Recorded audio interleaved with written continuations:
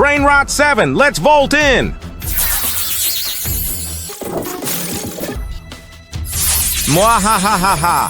How you like me now? Ako na ang ultimate Brainrot final boss.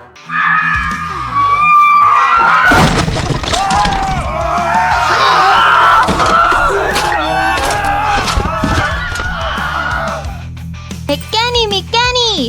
Tugtog Torani!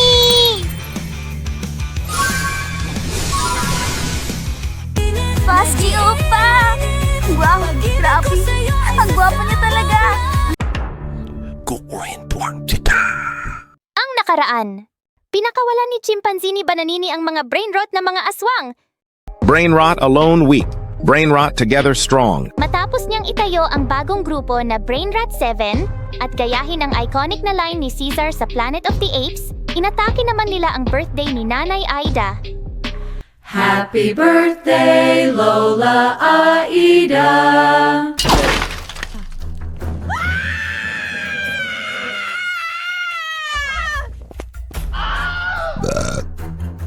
Kinain ni Tralalero Tralala si Nanay Aida at natakot at umiyak ang mga chicks. Huwag niyo po akong kainin!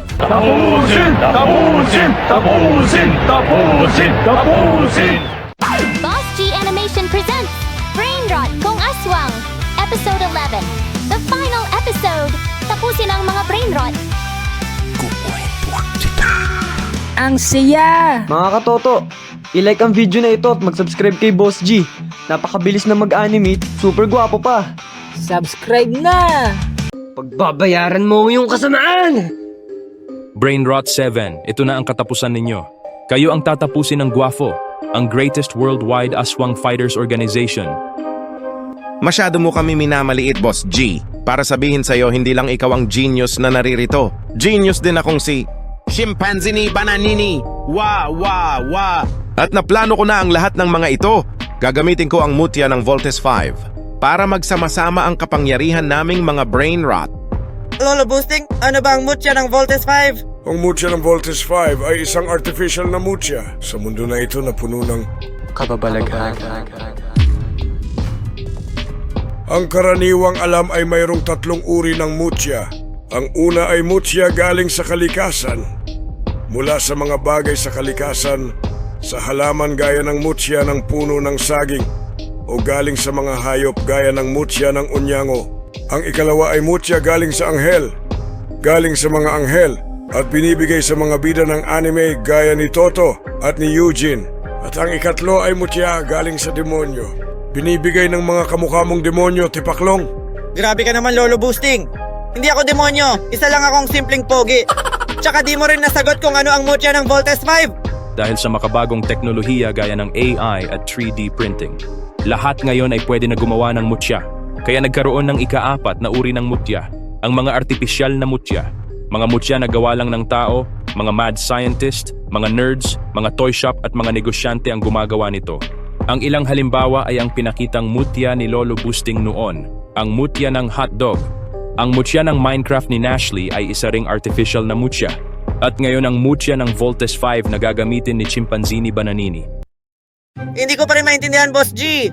Bobo ako eh. At saka brainrot lang naman tong content natin. Bakit kailangan pa ng malalim na lore? Pwede ba tanungin na lang natin mga viewers natin kung sino mas pogi? Mga viewers, sino mas pogi? Ako o si Toto? Comment down below. Ang hindi magko-comment, pangit. Hindi mo na kailangan intindihin ang ano pa man, tipaklong. Ipapakita ko na lang sa'yo ang kapangyarihan ng mutya ng Voltes 5. Sa pamamagitan nito ay magsasanib-sanib kami ng lakas at kapangyarihan. Brainrot 7, let's vault in!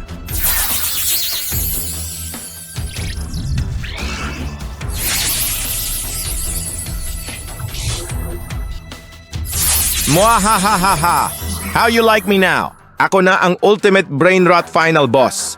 Ang mga kamay ko ay shark at buwaya kaya nangangagat. Meron akong malaking tsinelas at paa mula kay Lirili Larila kaya hindi ako madaling matumba. Taglay ko rin ang malalaki at matitigas na muscles ni Udin Din Din Don. At syempre gamit ang aking monkey genius big brain. Hindi lang ako malakas at mapanganib kung hindi super talino pa. Sa pamamagitan nito, masasakop ko na ang buong universe, mwahahaha. Hindi lang yon.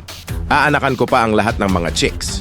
Gamit ang aking malaki at matigas na bombombini gusini, Chimpanzini Bananini, niloko mo kami! Ang sabi mo, sasakupin nating magkakasama ang universe. Wala sa usapang gagawin mo kaming mga bahagi ng iyong katawan. Pakawalan mo ko! Ginamit mo lang kami. Tumahimik ka dyan, Bombombini Gusini. Magpasalamat ka nga at nakakapagsalita ka pa. Hindi gaya ni Lirili Larila na paa na lang ang natira. O ni Cappuccino Assassino na naging espada na lang. Magpasalamat ka na lang at nanatili ang iyong sariling pag-iisip. Yan ay dahil sa ikaw ang aking pangalawang ulo. At maswerte ka nga at ikaw ang gagamitin kong pangbombini sa mga binibini. Sa bagay hindi na rin masama. Tara na! Ibombombini na natin ang mga chicks hanggang sila'y maging gusini. Unahin na natin ang maganda at sexy na si Crimsonia. Pagkatapos ay ang pabebe na si Bern Chan. Wag po! Wag niyo po akong kainin! Yamitay kudasai! Tara na! Ano pang ginagawa natin? Hinihintay na tayo ng mga chicks. May problema! Hindi ako makakilos! Anong ibig mong sabihin? Hindi ko rin maintindihan. Huwag ka na magtaka, Brainrot Final Boss. Ako ang dahilan kaya hindi ka makagalaw. Masyadong mapanganib kung hahayaan namin ikaw na makumpleto ang inyong transformation o pag-vault in. Pwede ka ring maging isang kaiju or giant monster kapag hinayaan ka namin. Kapag nangyari yun, tiyak marami ang mapapahamak.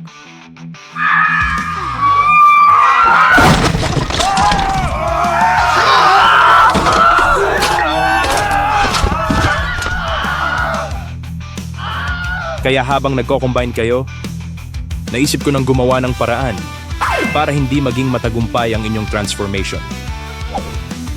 Shelly Fan Art. Use Mekani Tugtog Turani. Mekani! Tugtog Torani! Brainrot 7, let's vault in!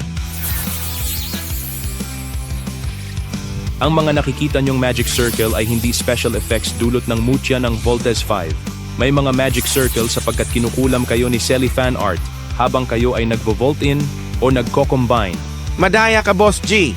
Sinabutahe mo ang aming pag-vault in kaya hindi kami makagalaw.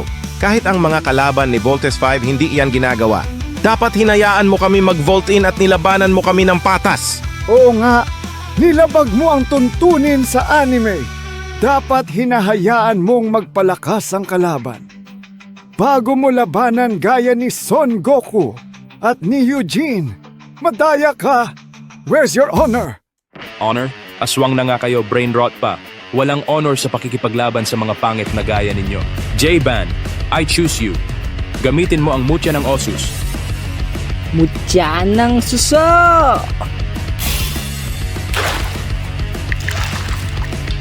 Oh yeah! Umikot ng napakabilis ni Jaiban. Snail Storm!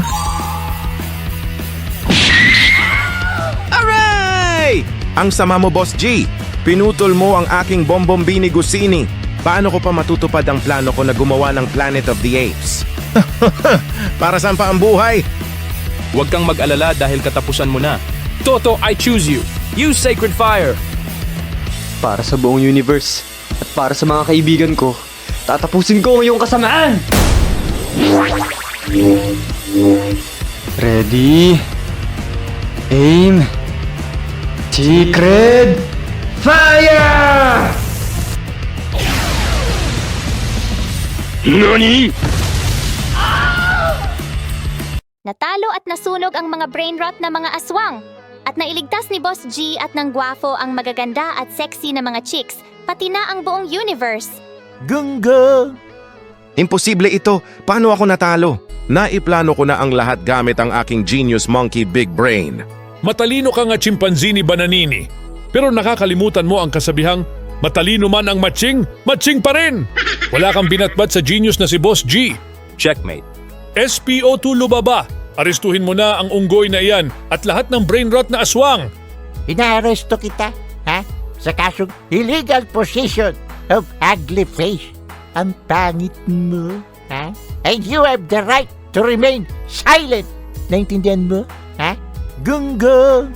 Mayor Pogi at SPO2 Lubaba, mas maganda na ikulong na lang natin sila ulit sa Aswang Ball. Sige, Boss G, ikaw ang masusunod. Channel mo ito eh. Ginamit ni Boss G ang aswang ball at hinuli lahat ng brain rot na mga aswang. All brain rot na mga aswang has been captured. Boss G, maraming salamat sa pagliligtas sa ama kong si Kapitan Tutan. Isa kang bayani, Boss G. Sana magkatuluyan kayo ng anak kong si Gwen. Sayong sayo na ko, gawin mo sa akin lahat ng gusto. Master akong slave mo, aswangin mo na ako. Sana, ikisin ako ni Boss G. Nag-iinit, ang pag-ibig ko sa'yo'y nag-aapoy. Nag-iinit, Boss G, opa! Wow, grabe! Ang gwapo niya talaga!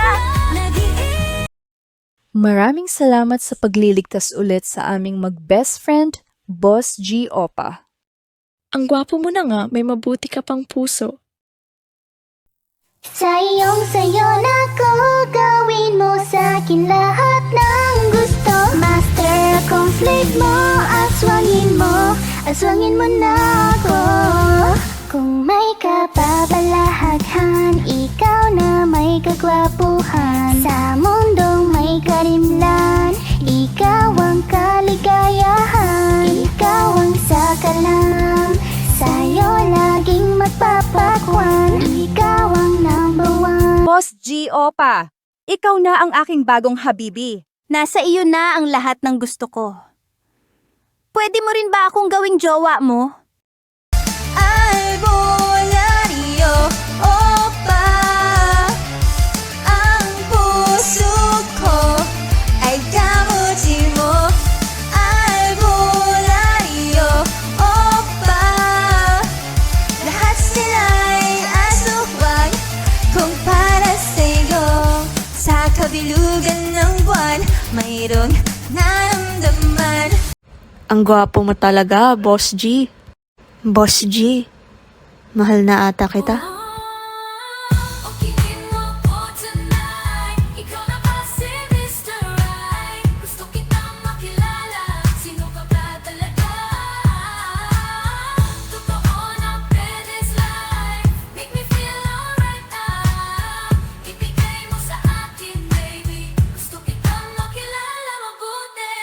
Wow naman! Wow! Sana all. Nakakaingit naman si Boss G. Sana paglaki ko, maging gwapo at mabilis din ako sa chicks. Gaya ni Boss G. Wow, ang lupit ng ending ng anime series natin. Pinaghahalikan ni Boss G ang lahat ng mga chicks. Mga bida yun sa iba't ibang episode. Ang ending lahat sila napunta kay Boss G. Ang saya! Oo nga, ngayon lang ako nakakita ng ganong ending ng anime. Ang daming halikan. Pinakamarami yata yon sa kasaysayan ng anime. Gayon din sa Pinoy animation. Oh yeah! Isang kasaysayan ang nagawa mo, Boss G. Hula ko wala ng Pinoy animator na tatalo doon. Kahit si Son Goku, Eugene, Sakuragi, Naruto, Natsu at Batusai din nagawa yon. Salamat sa mga nanood ng ating anime series na Brain Rot Aswang sa Probinsya. Sana na-enjoy ninyo ang bawat episode pati na ang ending. Thank you. Boss G, ano na ang next na eco-content natin? Hindi ko alam. Baka bumalik na tayo sa regular na aswang content o kaya maglaro na lang ng gagamba. Pwede rin tayong mag-storytime content.